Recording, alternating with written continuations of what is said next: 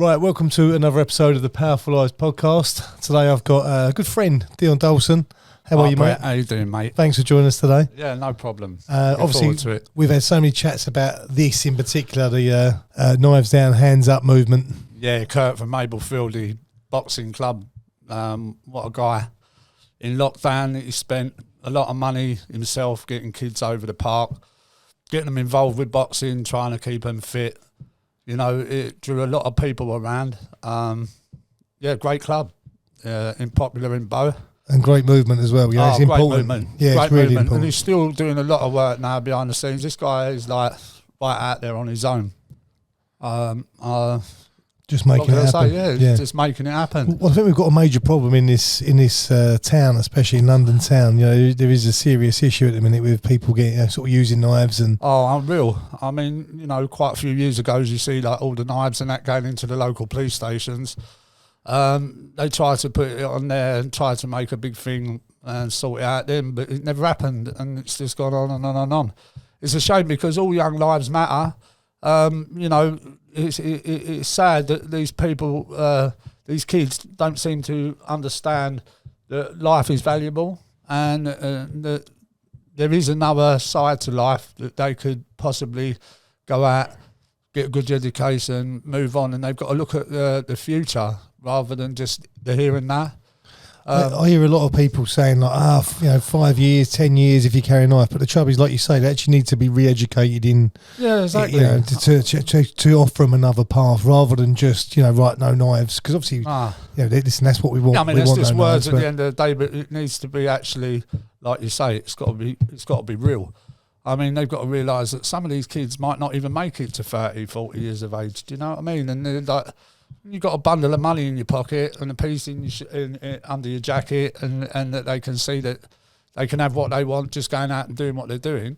It's very hard to try and get them to understand that, you know, this street war and everything else on this side of the road, on that side of the road, what's it all about, really? Do you know what I mean? Why is that worth taking a life? But like you say there, it's easy money. It is easy money. Yeah. And we see, I've spoken to a few people on here where you've got someone who's earning $3,000 a day to go and earn $2,000 a month and actually work. Oh, mate, you're right, Brett. 8 hours. They don't see the logic, but no, they can just go out and get a car, get this, get that. Yeah. Some of them are really intelligent kids, you know. We often say you could probably take some of the biggest criminals and turn them into serious businessmen because they've got all the acumen. Absolutely, absolutely. Some of these kids, even at 13, 14 years of age, is just like you think, wow. They're running a small empire anyway. They could be doing it the right side of the tracks. Yeah, if they were doing it the right side of the tracks.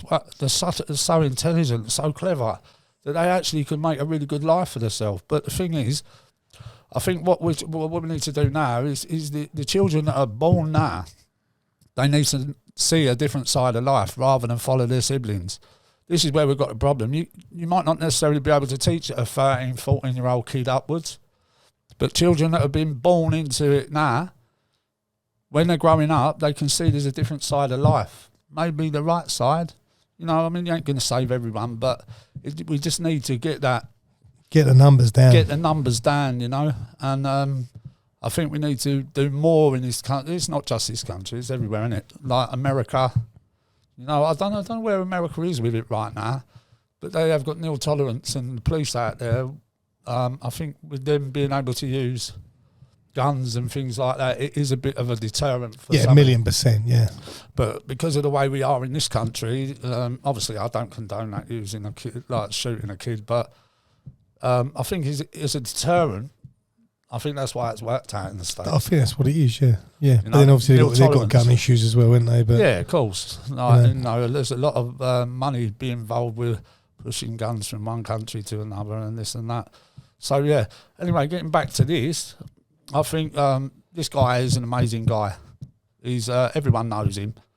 The amount of effort, effort and sweat, and never mind that what he's had to put in out of his own personal pocket and his own life, you know, actually putting into this when he should be doing something else.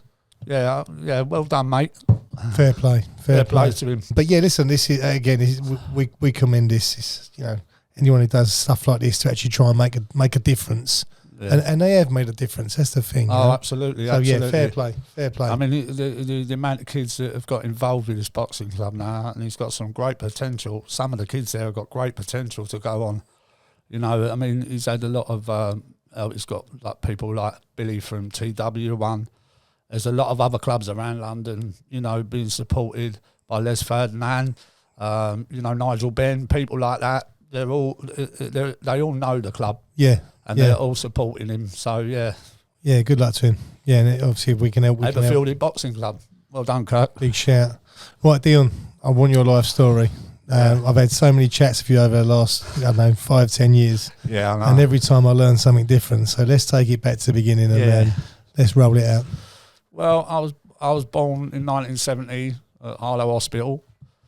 Moved about a bit. Obviously, my dad was in prison for 10 years. And my mum had 3 jobs, tried to bring me and my sister up. What was your dad in prison for? Certain things. He was quite involved in London back in the day. He was a doorman, worked with people like Lenny on the doors at the Hippodrome. He worked all over London, really. My mum found it hard bringing us up, but she got on with it. We lived at Woodford Green. Then we got moved up to Shipley in Yorkshire under police protection. And then after that, we moved on, come down. She met another guy. How was that being moved up there? Because obviously, I'd say all your friends, all of a sudden you got a new area. I was only a little kid. See, I was also in a caravan because I come from a Roman Catholic gypsy family. My nan was a powerful woman. She was a proper Irish traveller. So we moved about with her, really, as travellers do. I didn't really know too much about it. I was around my aunts and uncles and people like that when I was really little. But when we moved, my mum had to get away from Peterborough, from the fella that she was with. She had to play it clever. He was quite violent. He used to knock me about. And my sister didn't really he never really touched my sister. But he was quite violent to me, and he was a bit brain damaging. He used to stick all my toys down to the side, and I wasn't allowed to touch anything. As soon as I went in my bedroom, he'd come in there and make sure I hadn't moved it. I think he had psychological issues from when he was a kid, because his parents were like that. But I used to be scared when my mum used to go to work and I was left with him, because you could see the contempt in his eyes. Like, he was you could tell he was going to hurt me. Yeah. And so I become very within as a child. I was only little as well. I weren't quite a big lad. What sort of age was you? 5, 6 years old.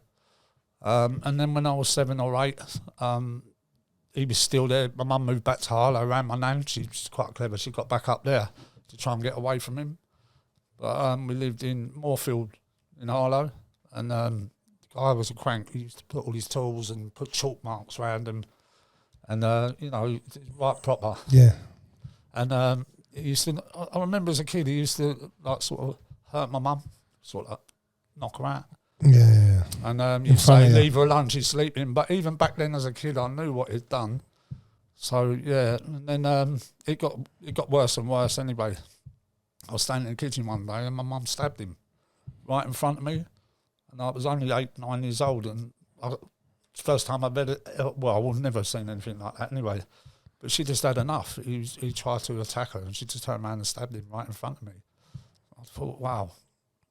But powerful, yeah. Yeah, I don't think they realised the damage that done to me though, because I got a bit. Went within myself again, and then she met someone else, and Then what happened? Did nothing in police wise? She ran out of the house after she'd done it and left me there with him. Jesus. But then the thing is, my dad was around then, and my mum always used to say, "Don't get people involved. I don't want anyone involved." Blah blah blah. And my nan said, "I'm not keeping my mouth shut." So I was in the house one day. My dad, bang, bang, bang on the door. All of a sudden, fucking 6'4" geezer come through the door, and it's my old man. He just said to me, "Get behind the sofa." And I was like, you imagine as an 8 or 9-year-old kid, I was like, pop my head over, see what was going on. And mate, all I could hear was all this commotion. My dad absolutely battered him to the point where he tried, my dad threw him through the back door. And all I remember is, like, as a kid, seeing him scramble across the car and get over the fence. Do you know what I mean? Never see him again. Did it feel like was it nice for you to watch that? You know, after all the abuse that he'd given you, all the abuse that I'd been given. My dad didn't know anything about it. Probably for my the dad's best. another story I'll talk to you about in a minute. But on that particular day, I was just would have killed him. Yeah, he would have. Yeah, he was a big fella. My dad, 6'4", just massive hands, like. And this guy, he was absolutely in terror. You know, I never see him again. He sent his brother down to get all his stuff. And my dad told him, and all, he said, tell your brother if he ever comes back, that'd be the last time he's walking away anywhere. So that was that. Anyway, my mum used to never be about a lot of the time, if I'll be honest with you. I was always left on my own. And she'd be off out with this geezer, that geezer. So I ended up being with my nan quite a lot. And God bless her. She's gone now, but I think, if I'll be honest with you, she's the main lady in my life. She always has been. Even now she's gone, I've got tattoos all over me. A lot of it, I've got her on my side. I follow her beliefs because I'm quite religious myself. I follow her beliefs and I still go and visit her at Christmas and things like that at Chelmsford Crematorium. And I don't think there's one day, Brett, that's ever gone by that I've never thought of that woman. Big part of your life. Oh, big part. And I felt when she had gone, I just didn't know where to go. I just thought to myself, what am I going to do now she's gone? Because she was like... Your comfort. She's more than my comfort. Yeah. I used to hide behind her as a kid. They found me walking up the M11 past Northfield at 9 years of age, walking along the motorway, which is not normal. On PC Green, I don't know whether everyone remembers him back in the day, but PC Green from Arlo, he was a top copper then. He pulled up, Simon, where are you going, son? I went, I'm going to London. And he went, you're not going to London. And he took me to Harlow Police Station. And I was in one of the interview rooms, and then all of a sudden, I could hear, where's my grandson? Well, oh no, my nana turned up, you know what I mean? She's like, I think she's scared the coppers and all. She come in, she went, no one's touching my grandson. So I went home with her in the end. And then I was at senior school and they assessed me for mental health. And my head of year, Mr. Waters, noticed I wasn't doing PE and that because I had bruises all over me. When I first started, I was only a little kid. But was that from the geezer who... well, no. This is like, I used to get bullied a lot. And I got called Jippo and everything because my mum was on her own. And all the sort of like things that I went through. I never had a good time at school, so really I didn't really stay there very long. Because I was such a, I don't know, what's the word for it? I was a very timid kid. I think kids realise that and play on it, don't they? It's horrible. But I turned it around because when I got to like, I mean, I used to, to be honest with you, I used to take myself to the boxing club. I forgot to mention this. Before I was even 10 years old, I used to go and I went to Staple Tire Boxing Club. And there was an old guy called Terry there. Proper old school, Queensbury rules. And I remember turning up once with my little rucksack on my shoulder. And he went, where's your dad? I went, I ain't got a dad, he's in prison. And he went, really? He said, well, where's your mum? I said, she's at home cooking dinner.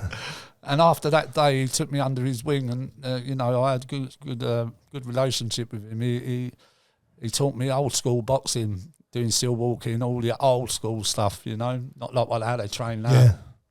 And I think some of them boxing trainers they've been like dads to many people, haven't they? Yeah, exactly it. That's what it was like to me. I used to love to get home and go straight over there. Yeah, someone to look up to as well. Yeah, respect. I felt secure over there, and I like being around it. I mean, boxing's always, besides doing boxing or through my life here and there, boxing's always been my life. It's something that I've always loved ever since I was a kid. I think if I'd have had a dad there and a chance to do it, I'd probably been quite a good boxer. I would have probably gone on and done well, but I used to use it as my getaway. Yeah, your church, I suppose. Yeah, somewhere to go. It's my holy place. And if I've learned anything, now I'll be honest with you, Brett, if I've learned anything through all my life experiences as a kid, my children have never had to go through any of that. Never. My boy, I taught him from the age of 2. I never played football in my life, but I spent hours and hours and hours with him, right-footed, take his right boot off, make him use his left, go around washing lines, doing shooting, even indoors, like one of them little airflow balls and a little goal in the front room, to the point where his mum used to go, for God's sake, can't you just leave this alone?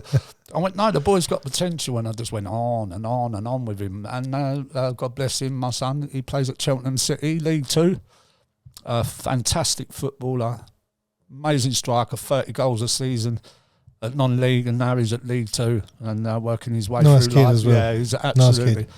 All of them have got great personalities and very, very kind children.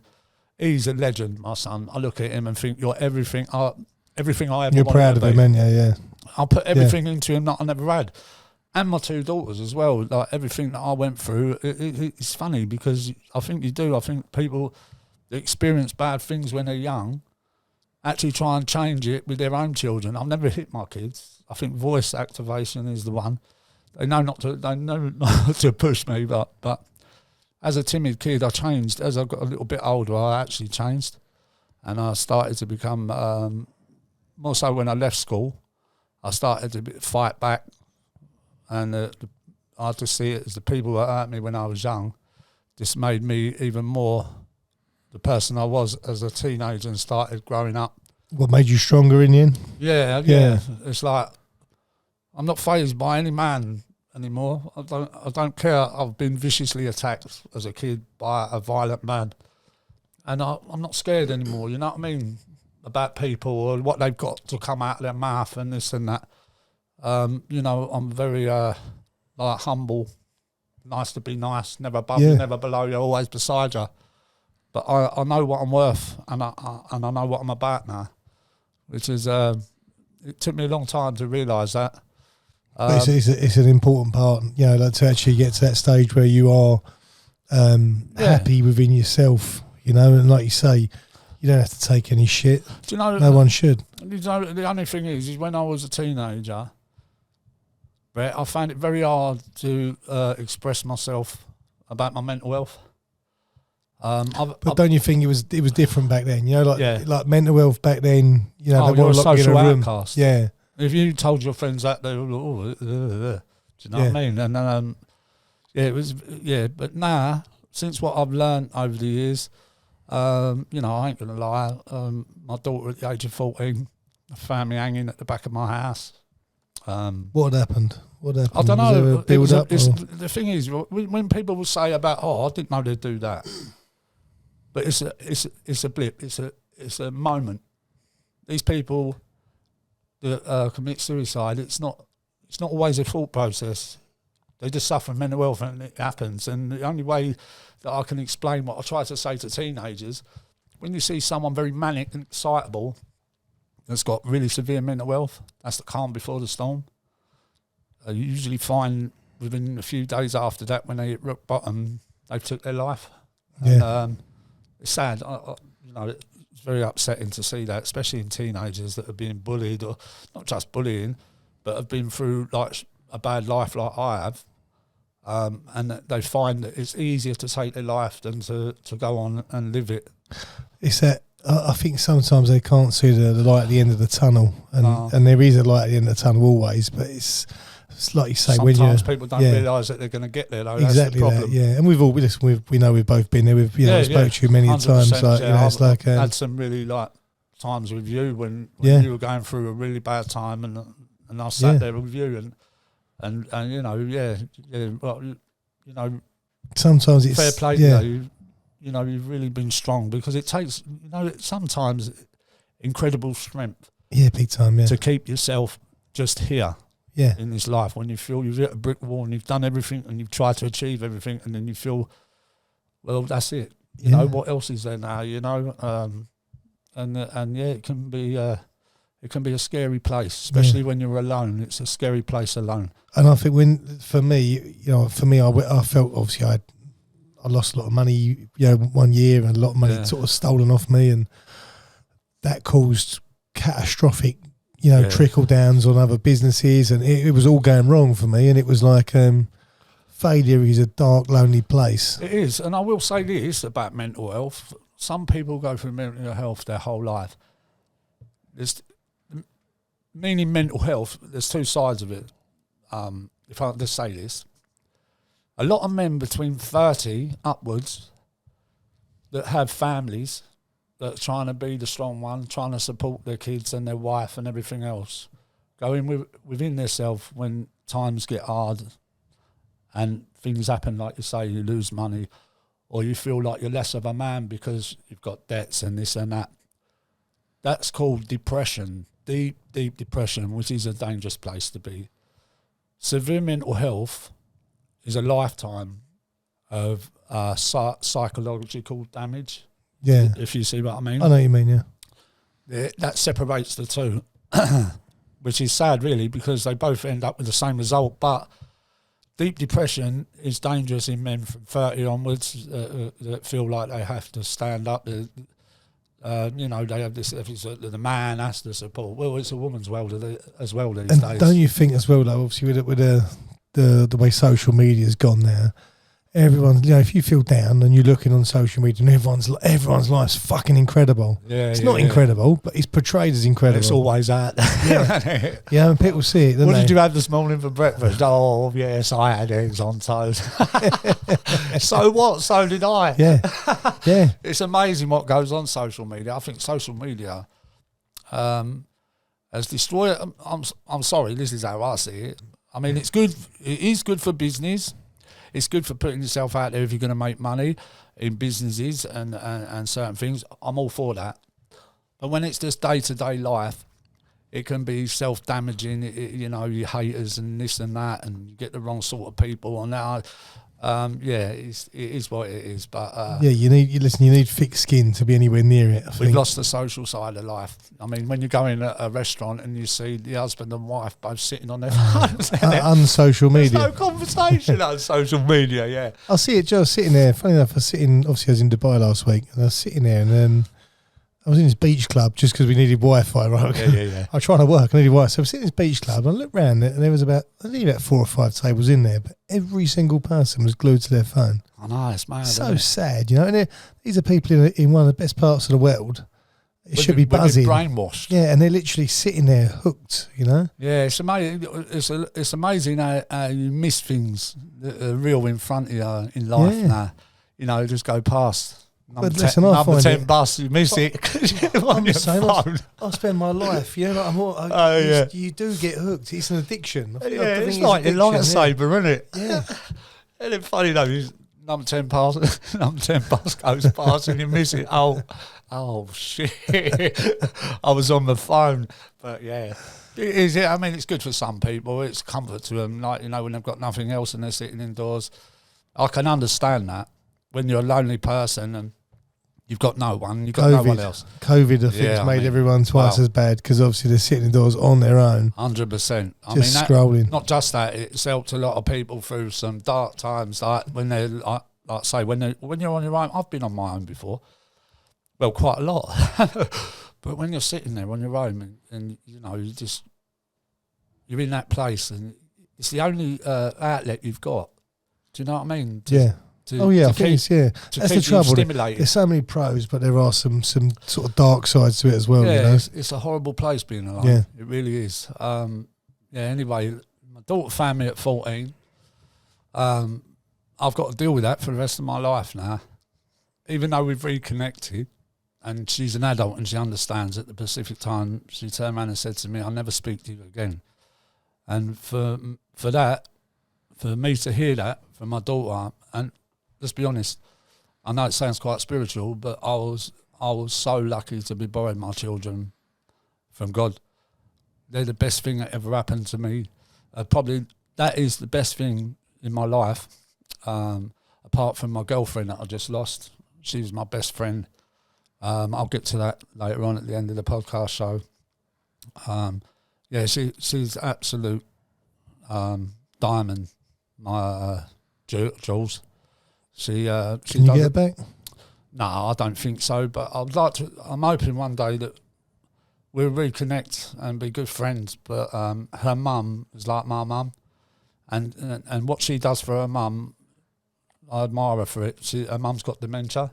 She's in her home, but that Julesie's always been by her side. It's her best friend, and she's going through like the worst stage of dementia now, which is it's hard for her. It's hard for her, but her brother's there. One of her brothers is there, but Julie's always had to do everything for her, and she's one special person. And to be honest with you, it breaks my heart that I lost her. But at the end of the show, you'll understand why. And I hope she understands, because I don't think she ever knew this, and nor did my kids. But I'll explain that later. I'm campaigning to do a dementia run back up Snowdon this year. Do you remember 6 years ago when I done it? Yeah. I was 48 years old. I run with my mate who's an ex-Marine. I run all the way to the top and back down. And I base that on the mental health side of it. Is what you don't see in front of you, don't know what to expect. And with that specific thing that I was doing, when I hit that mountain, all I could see what was in front of me. It was all over Facebook, and raised a lot of money for it. I couldn't believe I got to the top. I got to the summit, and I was like, Jay, it's getting cold because the climate drops, don't it? He went, don't stop. He said, don't stop them legs. He said, because if you do, you're going to drop. So I was on the spot having a isotonic gel, put a goggle on, and when I come round that corner, people would know that I actually have climbed Snowdon, and see that calf and see that peak. Yeah. Oh, I was in tears, mate. Absolute tears. I'd actually run all the way up there. Never mind that, run back down. It's definitely easy running down. At the time I got up there and I had my little English flag, and they went, you can't put that in there. I went, what do you mean? I've run all the way up here and I can't stick it in the top. No, they wouldn't let me. But anyway, I went into the cafe and they were all clapping me and said, you're an inspiration to your charity. 3 Canadian guys where we were about to give up, and then we see you come running past with a rucksack on your back. And they said we couldn't believe it, but they said, you know, they it was nice. I was in shock when everyone was clapping me, and then I had to run all the way back down. I see the train leave, and with my son Liam was on there, and when I see the train leave, I thought, oh no, I've got to run all the way back down in that. And anyway, I didn't realise it's like double your weight going down. Yeah. Gravity. I lost all my tone now. Do you know what I was going to say? You got to be really careful with your elation. Yeah. Because if you've been up Snowdon, it isn't a straight gravel run. It's like cobbles that are 6 foot wide by 2 foot tall, and then you sort of like jumping like that. And then, why are you training like that? Because it's not as easy as you think. You're going from a top cobble to a little cobble. Anyway, I got all the way down the hill, and the train takes an hour to come in. I come in 5 minutes after, and then I drove a 6-hour journey straight home. Yeah. Wow. I raised £4,000 for Mary Curie for that. Powerful, yeah. That was for mental health, Women's Refuge and Homeless Young Women's Association. Also, I added another one to it. My dad got cancer of the throat at the time when we were talking, and I added that to it. But yeah, now I'm 55 this year. Time to go again. And it's time to go again. My mates say to me, how the hell do you do it? Only you could do that. But it's something that's inside me. It's just, you know, I want to do this, but I'm doing it anyway for veteran boxers and my mother-in-law who's got severe dementia.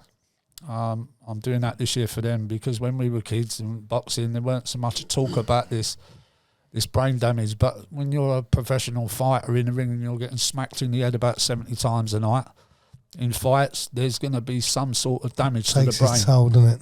Yeah. Whether it's a bleed to the brain, or whether like McCullen and Nigel Benn, what happened to him, or Dave Watson, somewhere in the brain is going to get damaged. And whether that comes out later on, and this is what we call dementia as part of it, or is that the right thing to say? I mean, dementia is dementia, but it's going to progress on to something like that, you know. And I think it has to take its toll, doesn't it? I mean, it does take its toll. I think they've got it right now. I think they understand this. In professional boxing now, they take it very seriously with damage to the brain. You know, then people are watching at the side of the ring very, very closely now. And whether you like it or not, being pulled out of a fight, It's going to save your life. Big thing with weight cutting too much weight cutting as well. Yeah, you know, too much weight cutting yeah. for the fight and trying to get yourself down to that specific weight, dehydrating your body and your brain. Yeah, a lot of people don't realise you know your brain is sitting in liquid and you're literally trying 100%. to suck that liquid out to make weight. It's so dodgy. Yeah, I mean, never mind that it's draining. Just walking to the ring. Yeah. Zaps your energy, so as soon as you get in there, your legs are like jelly until you get smacked in the mouth, like Mike Tyson says, and then you go to town, don't you? Go to work. But whether you lose or not, you think, right, that's it, that's gone, get on with it.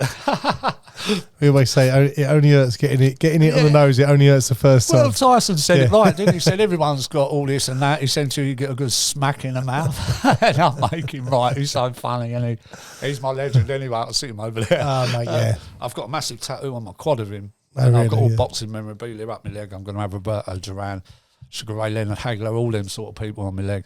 Yeah, Mike Tyson for me that was my idol growing up.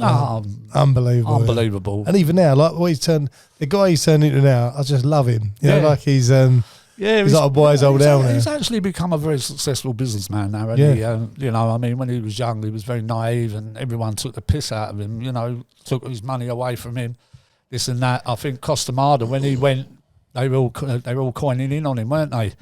He wouldn't have let any of that happen.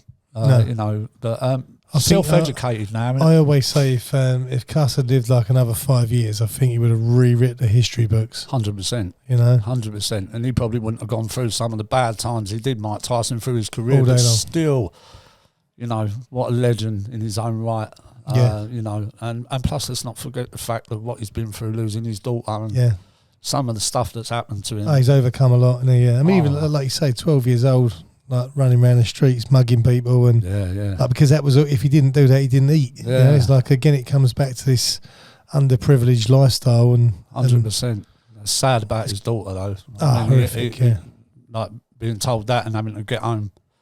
You know, anyway, that's not something for me to talk about, but God bless him. Yeah. You know, he's put himself where he is, and he's worth every penny of where he is now. 1,000,000%, yeah. You know, and so a lot of other people. I'll tell you, I'll take my off to Nigel Bell as well, because he still goes out to McCullen. Yeah. After what he'd done, you know, you've got to admire that man for that. Yeah. You know, he still keeps in touch with him, you know, and what people don't realise is that these two fighters are getting in the ring, they're enemies, but afterwards, you see quite often that they're friends. Oh, it's the biggest form of respect, isn't it? And I think that, you know, it's heartfelt. It's damaged him inside his life. Yeah, it has to take its toll. Of course it does. Of course it does. But that's what they do. That's what they do. They put themselves out. You both know you're at risk of it, but you never think it's going to happen to you, do you? That's the trouble. Yeah. Everyone's an enemy until they get in the ring, and then it's over and done with. It's a build up for fights, isn't it, I suppose. Yeah, it sells. Getting back to take me back to where you was. You was sort of early teens. Yeah, early teens and that, and you know, I moved. I left home at 15.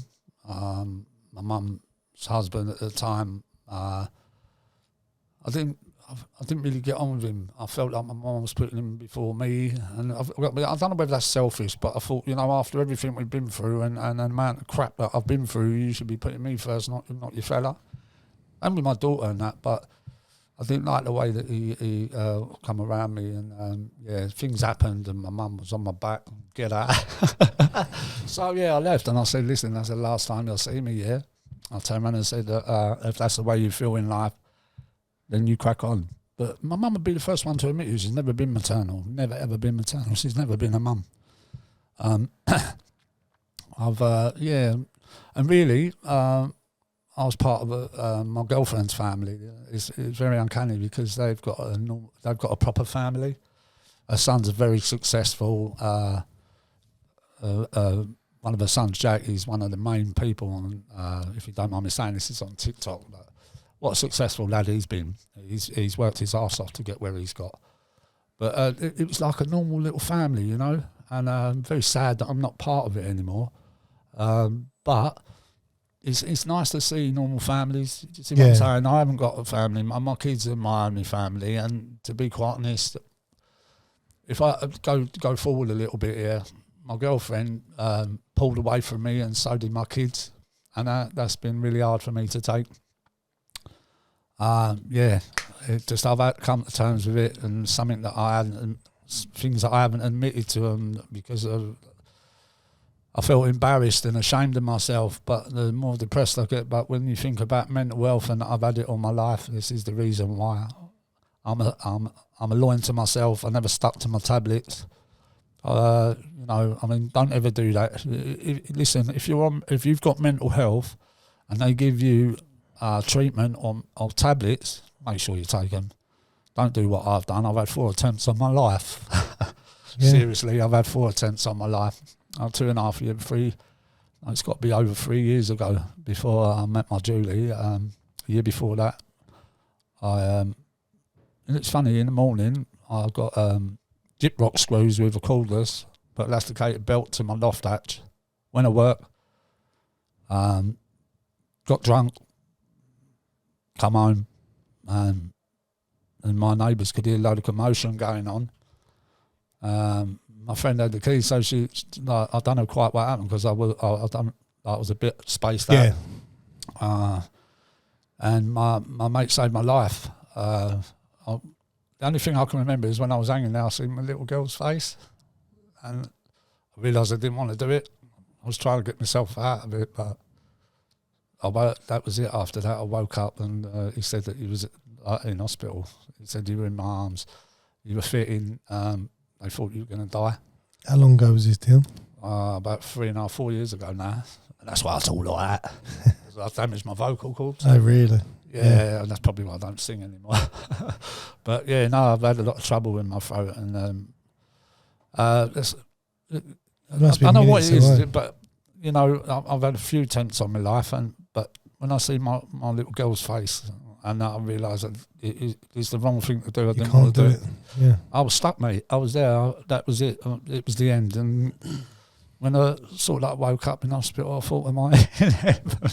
I shouldn't make a joke of that, but I just thought to myself, am I here? Is this real? It's a bit like the film Ghost, isn't it? But I was so elated. I was so overwhelmed to know that I was still here. And what a fella. Did you feel like you had a second chance? You know, like you sort of survived. I felt like I'd been selfish. You know, I mean, it isn't about that with mental health. It's a moment. These guys and these women that commit suicide, you know, don't blame them, because it's not always the case. It's just it takes you, and that's it. When your brain wants to kick you out the door and carry on with what it's going to do it. Especially if you're suffering from mental health, that's just the way it is. But I was so happy that I was still here, and I just thought of my kids straight away. And what a fella! I ain't going to mention his name because it's not fair on. But you know, I've got that guy's back to the day I die, mate. He saved my life, and even when I was a youngster, you know, I saved 2 of my friends' lives. One of them had a rope swing, Jamie Rogers in Harlow at Moorfield. He thought it'd be clever. He went, I'm going to get up the tree and go on a rope swing, yeah? Of course, I was only small. I weren't massive, but I was there with him. And he jumped out the tree and froze. And he just fell in midair. It was I just run. I don't know what made me do it. I was just run and dived underneath him to stop him. And we both missed a stump, like a jagged stump from a tree that had fallen. Obviously, it was jagged. Yeah. And pushed him out of the way. I don't know how I'd done it because he was bigger than me. But it was just a reaction, spontaneous reaction. Yeah. And it's funny because me and Liam were in Arlo about 5 years ago, and he come up and he went, Dion, he went, your dad saved my life when I was a kid. And and I was, like he just like he's always sort of like commended me for that. In a lock in Harlow, a woman was walking along when I was a teenager with her 2 boys, 2 little blonde boys. The littlest one fell in the lock. I know they were emptying the lock, and you know, like the channels at the side, I dived straight in. No fault for my own life. I just dived in, and I was. That's your natural reaction to help. Just reaching around for him. All I remember is in this freezing cold water, and I could feel the strength of the water being pulled, and I don't know how I'd done it. I just caught an arm or something. I was dragged into the side where them little steps go up. I got him out of there, and you know, it's funny. I think sometimes, even with what you're going through life, I'm hoping that I'm commended upstairs when I know that, you know, I have done some good things and I am a nice person. I'll help anyone. I won't ever walk or turn my back on anybody. You know, it's just a shame that some of the things in my life that have spoilt it, really, you know. Like I say, with my girlfriend, I wanted to just spend the rest of my life with her and just move on, have a little like cottage somewhere or a little house and a little garden and that later on in life. But I fucked it for myself, basically. And I'm really angry with myself. But it is what it is. I'm just hoping that my kids, I'm remembering with my kids now, and hopefully sooner or later I'll reconnect with her as good friends. Fingers crossed, yeah. Yeah, fingers crossed. Yeah, fingers crossed. She is the main part of my life as well as my kids. It's been really bad place to be. I mean, people have relationships and they go through relationships, then they move on and they do this, but she's my best friend, she's my soulmate, and she'll always be that. I've committed myself for the rest of my life that I will always try and reconnect with her as good friends and be there for her. You know, at the moment, it is what it is, but yeah, so Julie, and yeah, so the mental health side of it. So I moved on, and I thought, well, what am I going to do after my trying to do what I've done? I just thought, there's no more play. All I want to do now is trying to support different things and put myself into places where I know I'm good at doing charity work, trying to help, trying to make, you know, trying to be supportive to teenage suicide, which when I was really ill, the group Mind said to me, would you like to be an ambassador? I said, well, I'm not really well enough for it right now, but when I do get in a better place, I'm more than happy to try and help these kids. I'll, you know, give them my experiences of life and with mental health anyway. Mental health is a big thing, obviously, in my life. As you can hear, I've been talking about it. But do you think that you help, because you're a helper, yeah? You try and help everyone. Yeah. Do you think that's because you want help? Yeah, I think so. I see it a lot with people who've been through it. You know, they're always the first one to try and help someone else. Can I be honest with you, Brett? I was always clean as a kid, never touched drugs, never done anything. But I've been hiding something from my girlfriend and my kids last year, which is hard for me to talk about. But I was so embarrassed, and I feel ashamed that I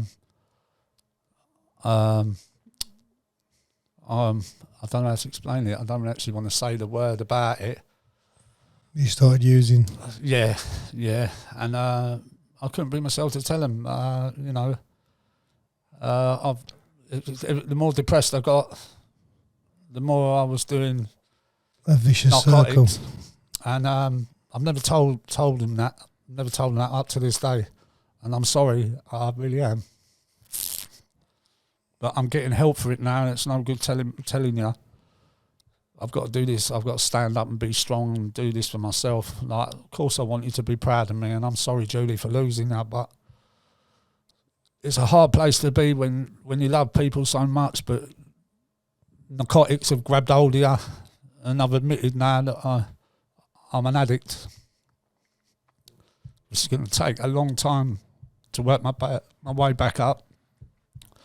But I know that I can do it with the right help. Have you got help now, Dion? Yeah, I'm clean. Yeah. I'm clean now. But it's took losing my best friend, my soulmate, and my kids to make me realise, what the fuck are you doing? Why are you doing this? Yeah, it's always been my downfall at certain times in my life, and I'm going to be honest about it.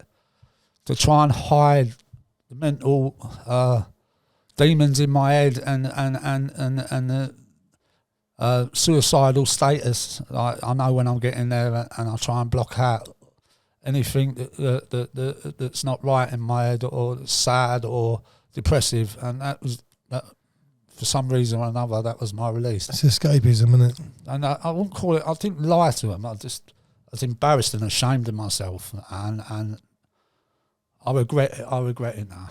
I really do. You know, it's broke my heart. It's broke my heart losing my best friend and my soulmate and my children walking away. And do you know what? I know I keep going on about them, but they're the only people I give a fuck about. Yeah. You know, they're all I give a monkey's about. My girlfriend weren't my girlfriend. She was my best friend, my soulmate. It's the best person I ever found in life. And they always say you find your soulmate. Well, she was my soulmate, and I took that for granted, and I lost her. And my children as well. Them walking away from me. My son's my best friend. Liam's walked away from me. Oh, really? That's hard to take. Yeah, I didn't know that. That's really hard to take. I mean, really, you know, once upon a time, I would have like just thought, well, that's it. I'm done now. And honestly, I've got to be honest with you, Brett. I have thought about it here and there, but I'm strong enough to say, well, no, you've got to stand on your feet. You've got to rebuild now. Whatever I've got left in life, I'm going to put into trying to reconnect with the people that matter to me. Yeah. And just be around and support and do this, what I'm doing now. And, you know, it is what it is. And I want people to be aware, like, you know, you don't have to suffer. It don't matter how old you are or how old you get. If you've got mental health and you feel that you're vulnerable to suicide or any part of mental health, not just mental health, like I said to Brett earlier, any part of depression, when you feel that you're at rock bottom and you feel that you've got nobody and nothing left around you to do, don't take your life. Seriously, life is so precious. And if you can concentrate on rebuilding and reconnecting with the people that are most important to you in life. You know, I mean, it is just what it is. Time is a healer. I think he is a healer. And if you can prove to Liam and, you know, Julesy. Yeah, you know, like there's always a second chance, you know. Of course there is. But it's for you. Listen, it's why they put rubbers on pencils, right? Because people make mistakes. 100%. But you're being man enough to actually say, listen, hands up, and I'm going to sort it out. So you can't do no more than that, Dion. No. And I want to put it out there to Eileen Regan, Julie's mum. What an amazing woman, East London girl, 91 years old. She's still going, mate. She's a fighter. I mean, the man she's been through in the last 3 years, broken bones in homes and moved on to another home. And Julie's looked after her amazingly. But what a legend. What a legend in her own right. She's got fire in her belly you wouldn't believe. Just when you think she's done, she comes bounding back. Yeah. I love her to bits. She's just she's one of my favourite characters of all, mate. She's got such a character. Bless her heart. Warrior spirit. Yeah, I love you, Mum. You're an amazing woman. And your daughter. But, and my kids. Liam's actually doing quite well at Cheltenham City this year. A few weeks ago, he rolled his ankle in training, but he's got such good fibre, muscle fibre and genetics like me and my dad and my granddad. Repairing quick. He's repairing very quickly and he's back on it again now. He played at the weekend, 70 minutes, and I think he'll find his niche. I think once he's done at this club, I personally think he could go a lot further. And he's got a lot of self-belief now. He's fast. Yeah. How old is he now? 23. He's just turned 23. But he was telling me the other week that he was in a game. I think he played up against a really expensive defender at West Ham. It was put in the reserves for a cup final. He had the reserve team out. And he looked at Liam and all that, and he went, it is Brazilian, like, whatever, you're shit. Liam don't talk about things. He rinsed him the whole game all over the park and scored an amazing goal. Nice. And when he came off, he went, yeah, I'm a shitty £500 a week player, yeah, and you're like X amount of pounds. He said, mate, you're in men's football now.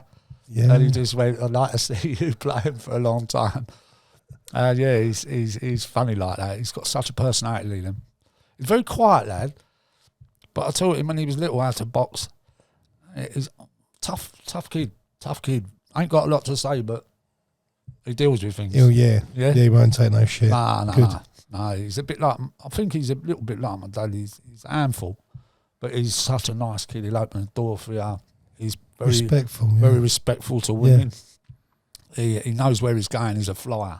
With whatever he goes into in life. Same with my Chloe. She's a real good hairstylist, but she was looking at going on that... she was just offered a show just recently where the man buys all the clothes and the girl wears them and they go out on a date and but they're making a 3-week thing out in America on a tropical island. She was offered to go on it. So I've said to her, go on, Chloe. Why not? Out there, mate, get your face seen like Jay Goody used to. God bless her. Yeah, well, you don't know where it can lead on to. All day long, yeah. It's like this year I'm hoping... just on my boyish good looks and my tattoos, I want to try and get into doing like walk-on parts in films and that. I feel that I could do that. I mean, that's something I'd really like to do. I've always wanted to do. I did do a very small drama school called Top Hats back in the early 80s. And the lady, Chris, that ran it, she was married to an American guy, but she turned around and said to my mum, this kid's a natural. He could go on and do really good stuff. And I know I'm 55, but hey-ho, I think I could hit the box office. Make it happen, mate. Make it happen. Yeah, mate. I'll get in all the old gangster films, stand in the doorway, all right? No, I'd love to do it, mate. So if there's any film crew out there that are looking now, come and get me. This is the man, yeah. This is the man. I'll do the parts. I might not be able to say a lot, and I probably will afterwards, but just doing the walk-on parts, that'll do me right now. Yeah, nice. Yeah, I'd love to do that. And that's where I've always wanted to do it, to be honest. I was often one of my pals, he was out in Miami. I'll tell you who it was after the show, but he had an agent in his country, and he said about me doing like some walk-on parts in some of the gangster films, and I was like, oh, yeah, I'll be up for some of that. Not that I'm a gangster, but he said, but your face, he says it all. Yeah. I mean, I walk around London, Brett, and I get people coming up to me all the time, and some people that have been with me say the same thing. They ask me about my tattoos, and I've had people come up to me and going, I've seen you on the telly, you're that actor, aren't you? And I'm like, no. But it's a unique look, isn't it? It's some people that bullshit them and go, yeah, I am. Start signing autographs. But it's such a unique... I mean, how old was you when you first started getting your face tattooed? Oh, late 20s, early 30s, I started having tattoos all over me. And really, as the years have gone on, it tells a story. It's funny, you know, because you see a lot of... My cousin, Wendy Mills, who's quite a legend in her own right, grew up around Colton Leach. I see, you know, and not everything else you know all about Colton, but... she was a proper girl, mate. You check her podcast out if you want to see her. But she put me onto this. She had the tattoo done first, and I've got Warrior, and this down here. This is to do with Brave and Warrior of Life. It's to do with mental health, the support of mental health. Well, okay. If you look at Ant and Dec, Ant has got it on his forearm. And a lot of actors and actresses have it on their leg, going around their leg. Well, okay. So people ask me all the time, what's this? And I say, explain to them what it is. But the tattoo that I've got up here is Survivor. Yeah. And the doves as well mean peace. When I tried to take my life the last time, my friend Jackie, who is a tattooist, she said, come in, we're going to do a tattoo for you up there. And, so she done that, and I've got Liam's name here, and I've got the broken heart for my nan. I've got my nan on my side. I've got Jesus on my hand. You know, I mean, some people say, well, you've got loads of tattoos, but you're a religious freak. But it's a map of life. Yeah. That's how I see it. You know, whatever people think of me, I mean, I get people looking at me and go, look at him. He looks like a yobbo. But, you know, they're a bit mindless people like that. I think this is one. It makes you, doesn't it? I was going to say, it's individual to you. That's the thing. Individual, and it's art. And I think that's very blasé for people to just do. Obnoxious for people to just look at you and think you're a yobbo because you've got tattoos. Yeah. You know, I mean, my whole body is a map. It's so a you story. think now as well, like, listen, 30 years ago, it would be different to where it is now. I think it's a lot, you know, like everyone was a gangster back then. Tattoo, yeah. Not anymore. There's a lot of people that have a lot of tattoo work. I went to bowling in America where they have all that, all the like rose petals and all the, you know. I mean, I basically looked at Post Lamone's face and that inspired me. Half of 25-year-olds on Instagram have got big neck tattoos and like, you know, like. See, that's something I want to have done now. Have your neck done? Yeah, but because I don't want to lose my beard, I like my beard. So I have to be funny. Like, it might be a little bit. I'll have to see about that one. But I'm having all the American, you know, like the wolf, Indian wolf. Yeah. Because there's different types of meanings for them wolves. But I want the American Indian one standing on a mountain and going down one side with the moon. I can picture it. Yeah, I can picture it. And some inscription inside. Because, for me, if you're going to have tattoos, if there's a history that comes with it, it's worth having the inscription. Yeah. So, Do you know, I've not got a single tattoo. You haven't? I ain't got any, no, got none. Fucking hell, lad. Yeah, I know. You need to catch up with the rest of us. I've never done drugs. I've got no tattoo. Well, listen, I'll take my hat to you 100% for not touching drugs. 100%. And that's amazing. But you've got to have a tattoo, mate. Even if it's a pair of boxing gloves on your arse. Yeah, I've never. Got one each side. Yeah, something like that. I've always wanted to be different. So like when we went out, like all my mates, when I was like 15, 16, all my mates were covered in tattoos and done loads of drugs. So I'd done the opposite. I wanted to be the odd. I quite enjoy being the odd one out. White boy, literally, yeah. All right. Yeah. I remember going out and then just seeing people like sort of, we'd be doing like Epping Forest Country Club. Yeah. They'd be absolutely off their tits on pills. Yeah. And they'd look You'd round come out and straight as anything. yeah, but they'd go, "Oh, what a night!" I'd look at us thinking, "Your night looks fucking horrific." Like your chin was on the floor, mate. I'm cracking on with a couple of blonde birds and they're licking their own fucking forehead. Like it's like I'm like, nah, mate. I'm all right. Yeah, I'm all right. You guys look like a couple of marbles. I had them in my pocket. I used to play marbles. Oh, mate, I've seen some of that with their jaws scraping across the floor like a pair of brakes. Yeah, and there's just never been a bit of me. No, it wasn't me when I was young. I've got to admit, but once I got to a stage where once you get to a stage where you're known to not take drugs, you'd almost sort of kill it if you started taking drugs. Like for me, it was like, no, it's fine. I was always known as a geezer who don't take any drugs. So, you've got to take a lot of pride in yourself for that, because a lot of people have tried it or experimented with it.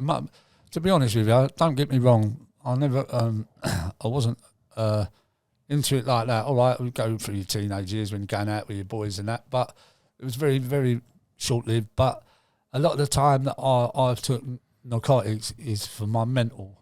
Yeah. I know that sounds a bit cruel, for my mental health, taking drugs. I mean, who wants to do that? But it's the only way I could get rid of the demons out of my head. Yeah, escapism. Escapism, that's exactly it. And I wish that I could go back now to last year and change it all. Yeah. Because what I've lost in this year doesn't bear thinking about. It's cruel.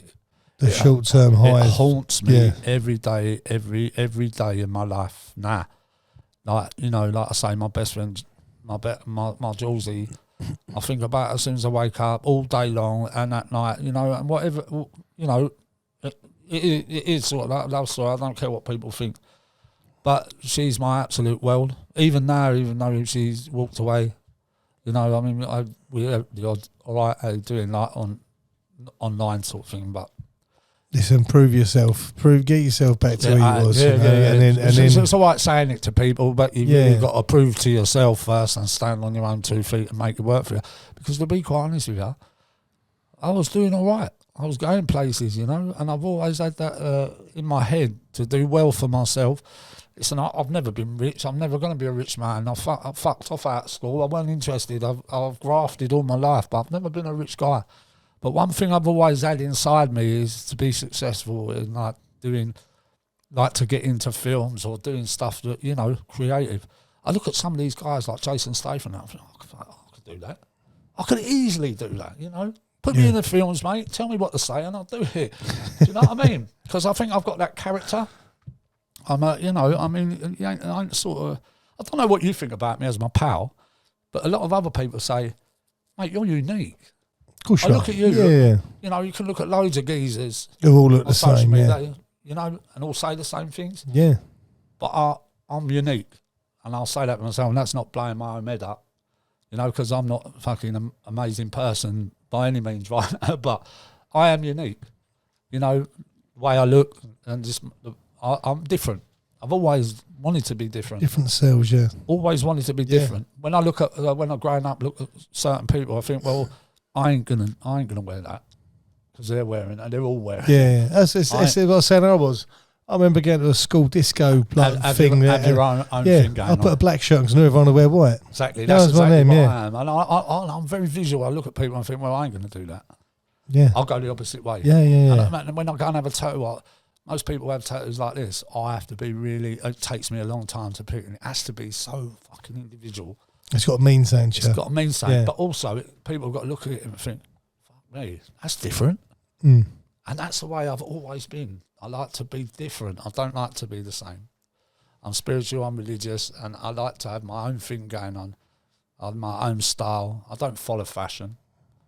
If I like something, I'll wear it, you know, and I'll match my own bits together. I'll follow fashion, but from my kids, they tell me it's about 10 years ago. Yeah, I'm following the wrong fashion. Yeah, now kids, oh, Dad, you've got to go and get a CP company top. Oi, go and get a farmer cap, Dad. You've got to wear this jacket. You go, yeah. Sometimes that's nice to follow your kids, but for me, my kids are they know that I'm just individual. What would they call it? Eccentric or just eccentric? Is it extrovert? Extrovert's out there, isn't it? Yeah, if you're putting yourself out there, yeah, that's what. Which when you said you was an introvert growing up because of what you was going through. Yeah, and it's funny. You turn around. You blossomed. You turn around and do the okey cokey. Oh, mate, it is what it is. But yeah, this is where I am with it. Yeah, so like through the teenage years, then I got involved with the boxing, obviously with Kurt and that, and I went over to TW1 and met Victor Smith, such a nice guy. I've got to be honest with you, I didn't know Victor before I got involved with the Essex Fight Club. I went over there and he handed me some, you know when someone gives you something, you put it on there, they're giving it to you, they're not awarding it to you, what are they doing? If he's a pair of gloves that have been used for training, maybe... we sort of gifted them to you. Yeah, which I thought was really nice. And we had our picture done together and this and that. That was a charity fight that I was going to have before we went into lockdown at the Circus Tavern. He'd already set it all up, like make the night mine, 50% of the sales. Nice. This, that and the other. Got training with him, got into it with Billy, we started to get into it, but then I sort of like lost my way. I got my mental health kicked in again, and I was doing really well, and I was so fit. Billy got me so fit, and I was banging hard, was getting good speed on the pads and everything, but and sparring and that. But I very defensive. I found something out about myself. Yeah, I'm southpaw, but Billy taught me how to switch. But I'm so good at defensive. Really? I can watch the feet coming in and know how to do the L shape, move out the way of the shots that are coming in. I never knew that about myself when I was a kid, but as I got older, when Billy was doing like training with me, I realised that I was very good at stepping out, moving out the way of shots. And I suppose that was when I was a bit younger. I was always looking to step in and watch the top rather than the bottom. What I'm talking about, don't I? But I've got to be honest with you, footwork's everything. It's the game, isn't it? If a good fighter gets in the ring with a guy, you guarantee he's going to look at your feet. If your feet are all over the place, it's as good as done. Yeah. I mean, that's why I like Usyk. Usyk at the moment is one of my best all-time fighters. Tyson Fury is an amazing fighter, let's not get it wrong. He's probably the best pound-for-pound heavyweight that we've seen in this generation. I think so, anyway. I mean, there may be one or two out there, but what an intelligent boxer at that height. And his movement in the ring, he knows every inch of the ring. But mad to watch Tyson's early fights. Yeah. He's such a different fighter. You look at his, sort of like say like I don't know, learning tools of your trade. Literally, he's like exceptional, isn't he? I mean, I think the guy could have a few more fights. Yeah, people are saying, "Oh, that's it, he's retired." I think he will. Yeah, I'm sure. I think he should. I mean, the trouble is, what does he? He can only really come out for Andy Joshua. Yeah, well, no other fight really makes sense. Been in the closet for a long time. The trouble is now it won't make the money. Yeah, don't matter. Just get it on. They've got enough money. I'm sure it will still. But listen, he's only going to fight for money. No, he will only fight for money. But Usyk, on the other hand, and I've got to say something about these Ukrainian fighters, yeah. Shevchenko's the same. When you're standing there watching a bunch of lights flash up, and we usually just hit the light as it comes up, and they're studying the sequence, that's exceptional. That's lightning reactions, quick as. And you can see it in the fight. The fitness as well. That guy, when you see him and you think that, he's not having too much success in fire, maybe 6 rounds, then all of a sudden He's holding the centre of the ring, and everything you're throwing at him, he's dipping or moving to the side, and you're missing shots left, right, and centre, mate. And the guy is an absolute master at picking you off with maybe not quadruple shots, but you're getting it. Yeah. And he's wearing you down from that moment onwards. So, you know, I mean, for me, that guy's a dangerous fighter after 6 rounds, mate. You nearly... And you're never going to knock him out. That's the other thing. Listen, he's a 20-round fighter, isn't he? All day long. You know, you can see him. Long. You're thinking, oh, guys, this is only going one way. And it's almost like he's played with you for sort of 7 or 8 rounds. How can you keep that out of your head when you're in the ring with someone like that? That's a dangerous place to be. You think, this guy's got 20 rounds in him. Just as you start to tire. I'm not getting any of these rounds. He's just starting to turn it on. Like. His battery's just fucking charging, mate. He's just starting to come into the fight. And that's a dangerous fighter. When you're giving all you got. I mean, let's look at Bellew, yeah? There's no one here to beat him at the minute. That's the trouble. Let's look at Bellew. What a great fighter. I love Bellew. Yeah. But fucking hell, the way he knocked him out.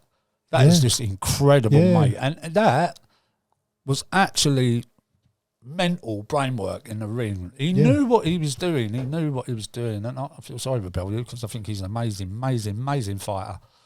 I mean, you know, he was on the. I think it's like anything as well. He's on the end of his career when he Bellew. You know, it's I like. still think he'd have a fight in him, though. All day long, yeah. Did you see him in that SAS? Yeah, he's a naughty boy, isn't he? Mate, he's got it in him. I think he could jump in the ring now and probably have a fight. But my pal fought him in the ABAs. Yeah, like he won a lot of his. Yeah, big time. Yeah. He said to him then. He said he was just a different. I think he knocked my pal out in the first round. But then you see that in all sport, don't you? In boxing, you see a load of kids all the same. Not say Joe average, but good quality. And then all of a sudden, one kid stands out. Just shines through, yeah. I'll tell you an example. I met through Aberfield Boxing Club. I took Marcus Abraham there. Marcus Abraham looks like Anthony Joshua. This kid has been an amateur boxer. I don't know if he's gone on to pro now. But from the first time he walked into the boxing club, never mind all the other kids that were getting all the old... like all the show and everyone was around him, you know, the favourites. This kid is one on his own. He grew up from a little boy with nothing. He's a lovely kid. What a fighter. What a fighter in the making. I've always said it. His movement, his footwork, his ability. Dancing. The kid was born to box. He's a knowledgeable kid. I don't know if he's Jamaican or he comes from Trinidad or wherever, but what a fighter. And I've always said to him, listen, you need to follow your dream here. From the first time he walked in, I went, you're going to be a world superstar one day. And people were like, I'm telling you, this is a kid to watch out for. Marcus Abraham, if you ever look him up on social media, this kid can bang. He went to Aberfield Boxing Club and he was filmed there on the bag and the scaffolding that he was holding. Shaking. Literally. Yeah. I mean, this kid can punch heavy. He's very silky and very light on his feet, but man, can he bang! And the kid was only young then. The whole place was shaking, and I think everyone was looking around and thinking, "Mate, this kid's got power." Yeah, I think he'd be if in the right hands, this kid could go all the way. I think, and I say he could go all the way. He's actually on his way now. He's out there. Do you know what I like at the minute? There seems to be a lot of these what I'd class as maybe like the level down managers who are picking these boys up. There seems to be a lot of talent that's being missed, overlooked. And but you're now seeing them coming through and getting big fights. And, 100%. Even in football, yeah. I mean, they're going to get a load of boys from abroad, but they're actually bringing boys in now. You know, like you said, these lower agents are like looking at boys that are homegrown talent. Yeah. That are actually homegrown talent that have come from nothing. I mean, Liam was lucky. Alan Slough was his uncle who played for Fulham. He played with Bobby Moore in the 1975 FA Cup final, to be fair, and he was the best player on the park. Liam's got a lot of his attributes, but he's a striker, Liam. He plays like Henri, a cutting so quick down the left. He can play anywhere along the front four, but absolute speed down the left is unruly. Cuts in right foot, left foot, scores goals from any angle, and he doesn't even have to look up. He just knows where it is. He's a natural talent. But it's funny. He played a few weeks ago, I think it was. He went, "Here, Dad." I was big Jamaican defender on me. He went, boy, he said, where'd you get them black legs from? He went, I've never seen a white man run as fast as you. And Liam's just laughed. He turned around and said, you've got black man's legs. He's so quick. He's super quick. When he does a bleep test, I mean, you know, he's coming up in seconds of like better than Premiership players. Yeah. You know, he's got a lot of attributes to being a top level. He's the right age, isn't he, now? So it's like, level. yeah. And some of these players come up against him that are big boys. But listen, Liam's played against big boys all his life. He was at Watford for 6 years against some big boys there. And he's learnt the tools of his trade. They come up against him and they don't realise the sheer power of him. He's powerful. He knocks 6'5" geezers off the ball. Yeah. He's so strong. They just can't believe it. They don't know where he gets his strength from. But yeah, he's one of the boys. He's one of the boys. You know what I mean? Yeah. He loves them. He gets like, you know, he likes it. He likes being around all these big lads.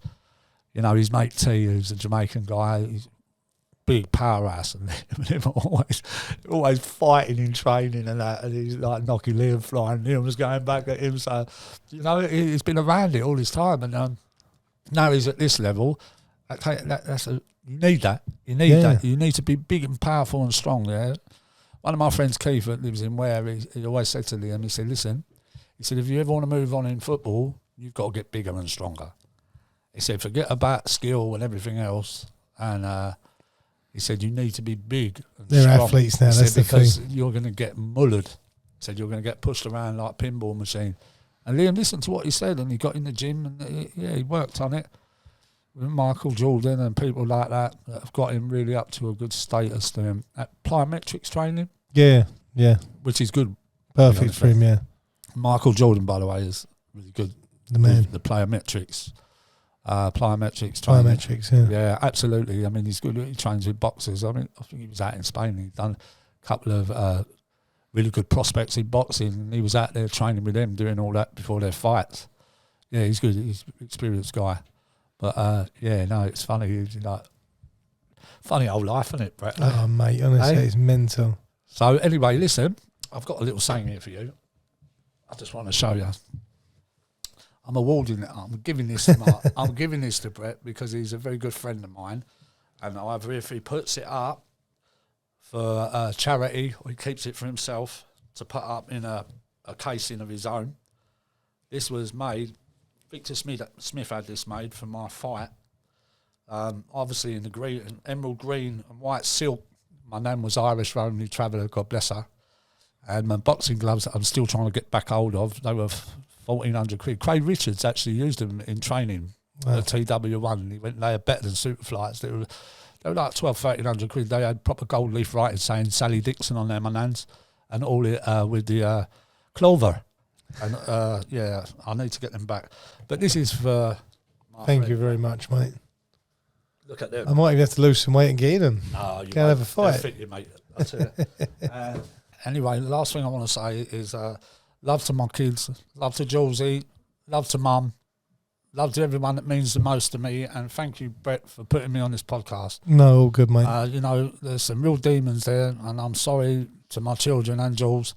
I never told you this before, but this is why I ended up where I was. And when you and the kids were telling me that I was changing as a person, it was depressing me even more that I couldn't tell you the truth, and that's because I was embarrassed and ashamed of myself.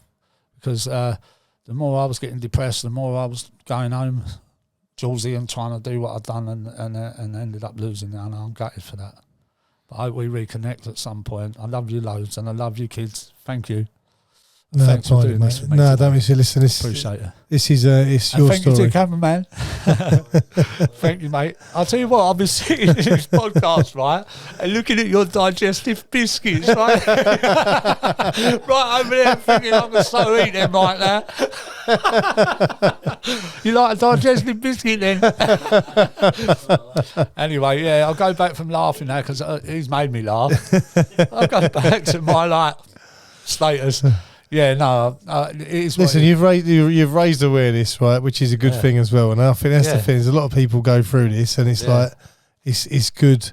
Listen, we're not all perfect. No. Listen, You know? no one's perfect. Yeah, We all make mistakes in life. all day long, mate. Some things that, you have to work together and realise. You know what I think a lot of people miss is that they write you off before they realise, hold on, the mental health's kicked in. Support. Yeah, but 90%, regardless of 90% of everyone want you to fail. That's the way. Unfortunately, that's what I hate about this country. But regardless of what they've got to do with you, where's the support?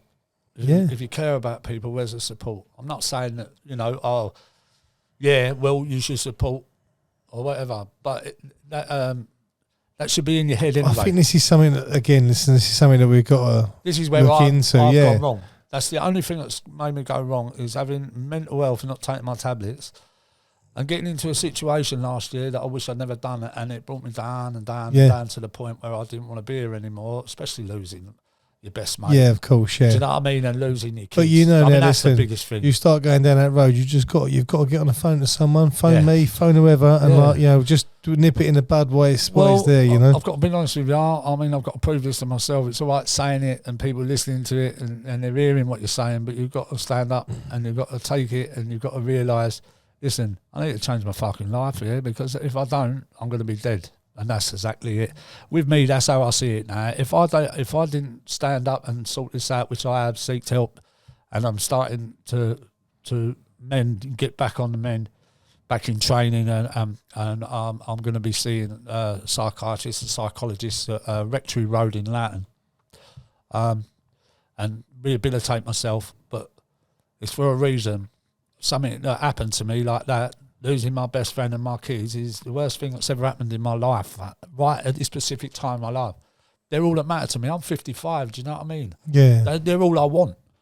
And you got to fight for it back. Yeah. It's for you. Listen, only you can do it. Really, for once in my life, and I admit this, for once in my life, I've listened to what people are telling me, like them people are telling me, and it's hit me so hard of losing them, that I'm adamant. I am so adamant right now of becoming the person that I was.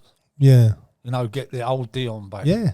Because everyone, like them people that I talk about, love me for the way I was. You've got it, yeah. Yeah, I've got it, and I'm not going to let myself down this time. Yeah, good. But what I do need is I need them to be in touch with me here and there. Ring me, talk to me, go and have a coffee with me. Do you know what I mean? Because that helped me build steps. I'm not saying I want to take over their life right now, because they don't trust me. But what I'm saying is be there for me. Baby steps, mate. Baby steps. Baby steps. But be there. Don't just shut me off or cut me out. Just be there, Yeah. If anything, if you care about me, love me. Listen, hopefully they'll see this and they will reach out. Yeah. And, everything's repairable. Anyway, Mate, always a pleasure. Hey, look at that, 2 hands that will never meet in a ring. Yeah, God bless to everyone, and I hope you'll stay safe out there. I hope, really, this has done you a favour. I know we hear about mental health all the time, some of my life experiences, but listen, it is what it is. I'm on a massive rebuild now. There's 3 things that I want in my life, and that's to do charity work, get my best friend back in my life and my kids, and have good people around me. And my mother-in-law, God bless you. God bless you, Eileen Regan. You're a proper woman. Love you all. Thank you.